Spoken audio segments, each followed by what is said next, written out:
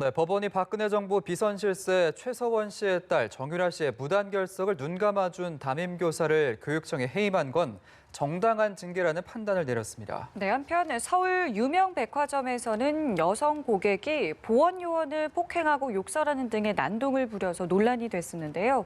경찰이 수사에 착수했습니다. 그 밖에 사건 사고 소식을 오는 장윤미 변호사와 함께 짚어보도록 하겠습니다. 어서 오세요. 어서 오십시오. 안녕하세요. 네. 그러니까 1심에 이어서 2심에서도 정유라 씨에게 무단결석을 봐주는 이런 특혜를 준 교사의 해임이 정당하다고 판단을 내린 건데요. 지금 보니까 당시에 이제 정유라 씨가 2달여 결석을 했고 또 이틀에 한 번꼴로 조퇴를 했는데도 수행평가 만점을 받아서 논란이 됐었습니다. 이 정도면은 충분히 정당하다라는 판결이 나올 수 있는 거죠? 그렇습니다. 그 당시에 정유라 씨가 어느 정도 학교에 이제 충실히 출석을 하였는지 이 여부를 보면요. 예. 고등학교 2학년 때가 지금 문제가 된 겁니다. 왜냐하면 이 징계에 대한 불복 소송을 낸 게 고2 때 담임 선생님이었거든요. 예. 근데 53일 중에 무단결석이 거의, 그러니까 53일을 빠졌는데 이 중에 한 17일 정도는 아예 사유조차 밝히지 않은 아하. 결석이었고요. 예. 그리고 절반 이상은 사교시, 그러니까 점심시간이 되기 전에 그러니까 조퇴를 했습니다. 지금 이제 초등교육법에 보면 시행령에 지금 한 190일 정도로 그 학기 수가 정해져 있습니다. 예. 근데 과거에는 그게 한 220일 정도가 됐었거든요.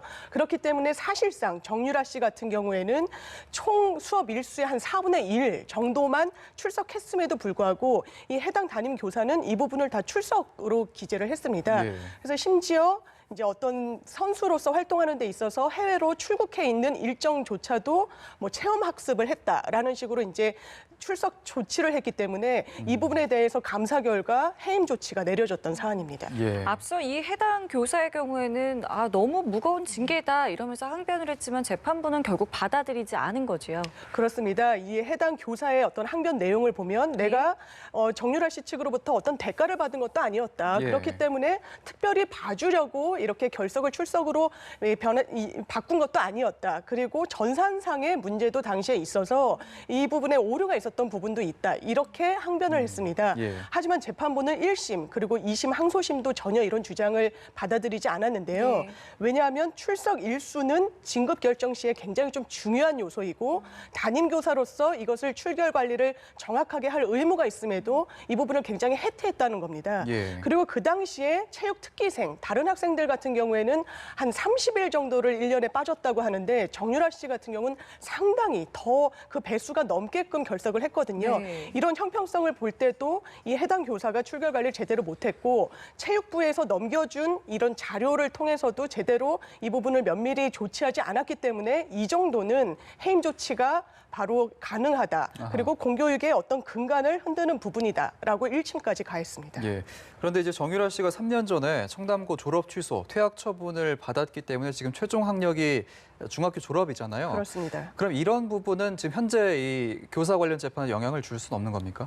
예, 이 부분도 당연히 선행 어떤 사실관계로 작용을 했을 겁니다. 이제 예. 말씀 주신 대로 3년 전에 정유라 씨는 이미 고등학교, 청담고등학교의 경우 수업 일시인 한 3분의 2도 출석을 하지 예. 못했기 때문에 이 부분은 졸업 요건을 아예 못 맞췄다 때문에 퇴학 처분이 당연하다, 졸업은 무효다 이런 식의 결론이 나왔는데 예. 이 부분에 대해서 정유라 씨가 다투지 않았습니다. 그래서 이게 확정이 됐고 관련 소송에서도 출석 일수가 문제가 됐기 때문에 이 부분은 당연히 재판부에서도 정유라 씨가 상당 부분 출석을 하지 않았다는 걸 전제로 사실관계로 인정하고 이와 네. 같은 결론 내린 걸로 보입니다. 예. 예. 자, 저희 다음 이슈로 넘어가 볼 텐데요. 이 영상 보신 분들 참 많으실 겁니다. 서울의 한 백화점에서 일어난 일인데 여성 고객이 보안 요원에게 쟁반을 던지고 물을 뿌리는 그런 영상이 번지면서 굉장히 좀 많은 분들이 놀라셨습니다. 일단 어떤 영상인지 저희가 좀 보면서 이야기를 좀 나눠볼 텐데요.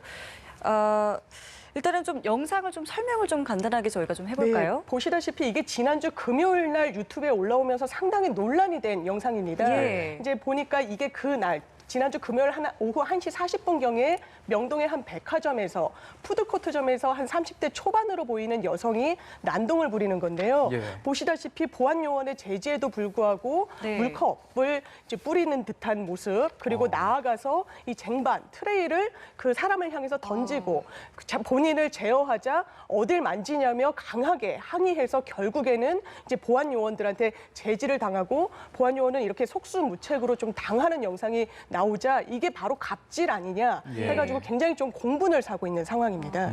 애초에 저 사건이 발생하게 된 이유는 어떤 건가요? 이 해당 여성이 왜 네. 그런지는 이제 지금 경찰이 파악을 하고 있는데 네. 이 주변 목격자들에 따르면 혼잣말을 하면서 뭐 이제 웃음을 짓기도 했다. 뭐 아하. 이런 이제 진술이 나옴으로 인해서 이 지금 정신병력이 있는 게 아니냐 이렇게 해서 경찰이 지금 이 부분을 살펴보고는 있습니다. 근데 그 당시에 바로 이제 조치가 취해지지 않았던 거는 해당 보안 요원이 우리는 처벌을 원하지 않는다라고 얘기를 했습니다. 예. 하지만 이후에는 그 입장을 바꿔서 이제 처벌을 하고 수사가 진행되길 원한다는 입장을 지금 경찰에 전달한 걸로 알려져 있기 때문에요. 아마 주변 CCTV 등을 통해 가지고 피해자 조사부터 이루어질 걸로 보입니다. 아, 그렇기 때문에 이제 약간 늦은 시점에 조사가 본격적으로 이루어지고 있는 거군요. 네, 그렇습니다. 예. 그러면은 사실 이게 과거에도 뭐 이런 고객 갑질 혐의를 굉장히 이런 사례들이 굉장히 많았는데 이런 경우에 좀 법적으로 어떤 혐의가 적용이 되고 어느 정도까지 우리가 처벌을 할 수 있습니까? 여기서 음성은 자세하게 나오지 않았지만 뭐 이를테면 사회적 평판을 대단히 깎아먹을 수 있는 그런 모욕적인 언사를 했다면 모욕죄로도 처벌이 가능하고요. 예. 또 지금 이제 화면에 정확하게 나온 것과 같이 물을 뿌린 행위. 지금 판례는 물을 뿌려도 이 부분은 폭행으로 인정을 하고 있습니다. 예. 거기다가 물컵을 던지고 트레이를 던졌을 때 이게 위험한 물건으로까지 판단을 받게 되면 이거는 그냥 폭행이 아니라 특수폭행에 아하. 해당하게 되거든요. 예. 지금 형법이 특수폭행은 5년 이하의 징역 아니면 1,000만 원 이하의 벌금에 처하도록 했습니다. 예. 그냥 단순히 2년 이하의 징역에 처해질 수 있는 폭행죄와는 좀 다르기 때문에 이 부분도 앞으로 수사에선 상당히 좀 관건으로 작용할 걸로 보입니다. 예. 근데 지금 저 여성 뭐 아직은 뭐 조사가 이루어져야겠습니다만 정신병력이 있는 것 같다라는 보도가 일부 나오고 있는데 만약에 정신병력이 있다라고 된다면 지금 뭐 저희가 이야기한 이런 어떤 혐의라던가 처벌에서 조금 더 자유로워질 수가 있는 건지도 그런 궁금한데요. 부분이 있습니다. 왜냐하면 관련 규정에 심신미약이면 감경을 할 수 있다가 아니라 하여야 한다라고 돼 있습니다. 아하. 의무조항인데 예. 지금 법원이 심신미약을 그렇다면 대단히 폭넓게 본인이 뭐 정신병력이 있다라든지 우울 증세가 있다라고 해서 단순히 인정해 주느냐 그렇진 않습니다. 왜냐하면 심신미약은 정말 본인이 판단을 못할 정도로 굉장히 그 정도가 악화되고 심화되어야만 심신미약을 굉장히 협소하게 인정하고 있는 추세이기 때문에 이 해당 여성이 심신미약으로 감경받을 가능성은 그렇게 높아 보이진 않습니다. 아, 그렇군요. 알겠습니다. 다음 사안인데요. 버닝썬 사건으로 이제 수사망에 올랐던 가수 승리에 대해서 구속영장이 다시 청구가 됐습니다. 이제 한번 기각이 됐었는데 이렇게 네. 다시 청구를 하게 된 이유는 뭔가요? 일단 그 당시에 지난해 5월 달에 경찰이 영장을 한번 신청했습니다. 신변을 확보해서 이제 수사를 진행할 필요가 있다라고 했는데 그 당시 법원은 이 부분을 기각을 했고 특히 횡령 부분에 대해서는 법리적으로도 다툴 여지가 좀 있다라고 판단을 내렸습니다. 예. 그렇기 때문에 결과적으로 당시에 경찰이 불기소 의견으로 검찰의 관련 기록 일체를 송치했습니다.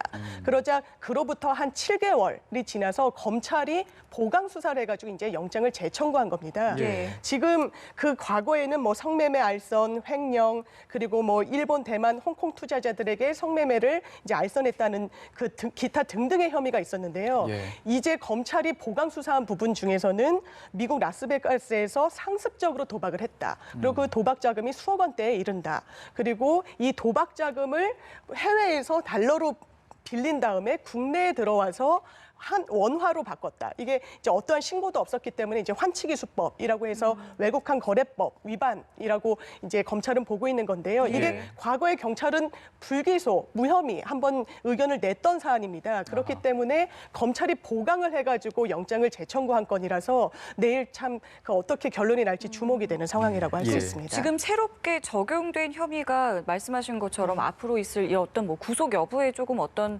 영향을 줄 수 있다고 좀 판단하시는지요? 그럴 겁니다. 왜냐하면 이전에 한 5개 혐의가 있었는데 이 부분에 대해서는 범죄 혐의 자체가 소명이 됐는지 여부도 이제 법원이 좀 의문이 든다라고 한번 판단을 내렸습니다. 예. 근데 말씀 주신 것처럼 2개의 혐의가 더 보강이 되면 아무래도 법정형이 높아질 수밖에 없습니다. 예. 그렇다면 피의자 그리고 재판을 받게 되는 피고인 입장에서는 도주 우려, 증거인멸의 우려가 상당히 있다고 볼 수밖에 없고요. 또 게다가 이 상습 도박이라고 했을 때 지금 수억 원대 그 액수가 상당히 많고 그 횟수가 대단히 빈번하다면 또 구속의 가능성 또한 높아지는 부분이 있습니다. 그렇기 때문에 이 승리 씨가 부인으로 일관한다면 또 죄를 전혀 인정하지 않는 취지로 이제 일관한다면 예. 구속의 또 필요성이 높아진다고 볼 수 있습니다.